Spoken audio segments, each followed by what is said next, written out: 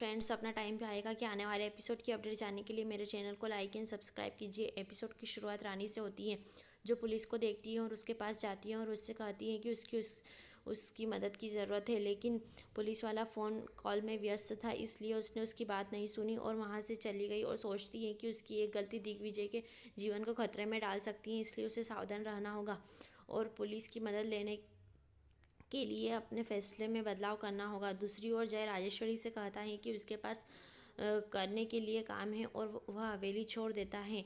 वीर मौसाजी से कहता है कि उसने उनके लिए अतिथि कक्ष की व्यवस्था की है और उन्हें वहाँ आराम करने के लिए कहता है। मौसाजी उसे बताते हैं कि वह आरती के बारे में पूरी तरह से भूल गए हैं। राजेश्वरी को आश्चर्य होता है कि वह अब आरती की बात क्यों कर रहे हैं। वह उसे आरती की थाली लाने के लिए कहता है। पिंकू उसे बताता है कि राजेश्वरी एक रानी है और वह यह सब नहीं करेंगी।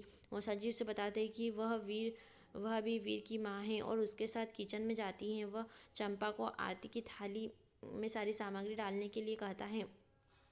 इस बीच रानी सोचती है कि वह रजावत हवेली में कैसे प्रवेश करे और भगवान से उसकी मदद करने के लिए कहती है। एक आदमी गलती से उसे धक्का दे देता है। वे लोग सोचते हैं कि वह एक बूढ़ी औरत है और उससे माफ़ी मांगते हैं।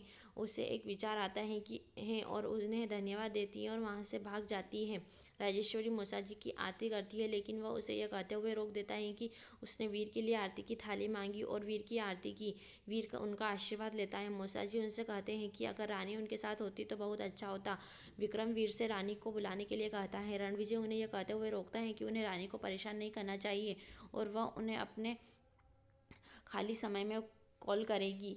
मौसाजी उन्हें बताते हैं कि वह उनके लिए समोसे लाए हैं और कजरी को सभी की सेवा करने के लिए कहते हैं। राजेश्वरी भी वीर की खातिर इसे खाती है। वीर उस घटना को याद करता है जब उसने रानी के साथ समोसे खाए और बिना समोसा खाए वहाँ से चला जाता है। वीर सोचता है कि रानी उसे कॉल क्यों नहीं कर रही है और उसका मोबाइल भी स्विच ऑफ है। रणविजय सोचता है कि वीर के रानी के खोजने से पहले उसे कुछ करने की ज़रूरत है। वह रानी के मोबाइल से वीर को संदेश भेजता है कि वह अपने दोस्त के साथ है और वीर को उसकी चिंता करने की ज़रूरत नहीं है। वीर उससे पूछता है कि वह उसे बताए बिना क्यों चली गई। वह उसे जवाब देती है कि वह अभी अपने कॉलेज प्रोजेक्ट में व्यस्त हैं।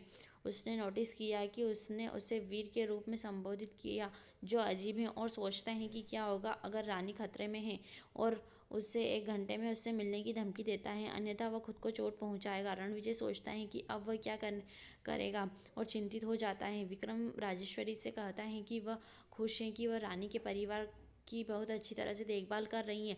मौसाजी को भगवान की आरती करने के लिए राजेश्वरी की अनुमति मिलती है और आरती शुरू होती है और सभी इसमें भाग लेते हैं। भेष बदलकर रानी राजावत हवेली में प्रवेश करती है और फिसल जाती है, लेकिन वीर उसे पकड़ लेता है। रणविजय उससे पूछता है कि वह कौन है। रानी ने खुद को नौकरानी के रूप में पेश करते हुए कहा कि दिग्विजय ने उसे काम पर रखा था, जिससे सभी को चौंका दिया है।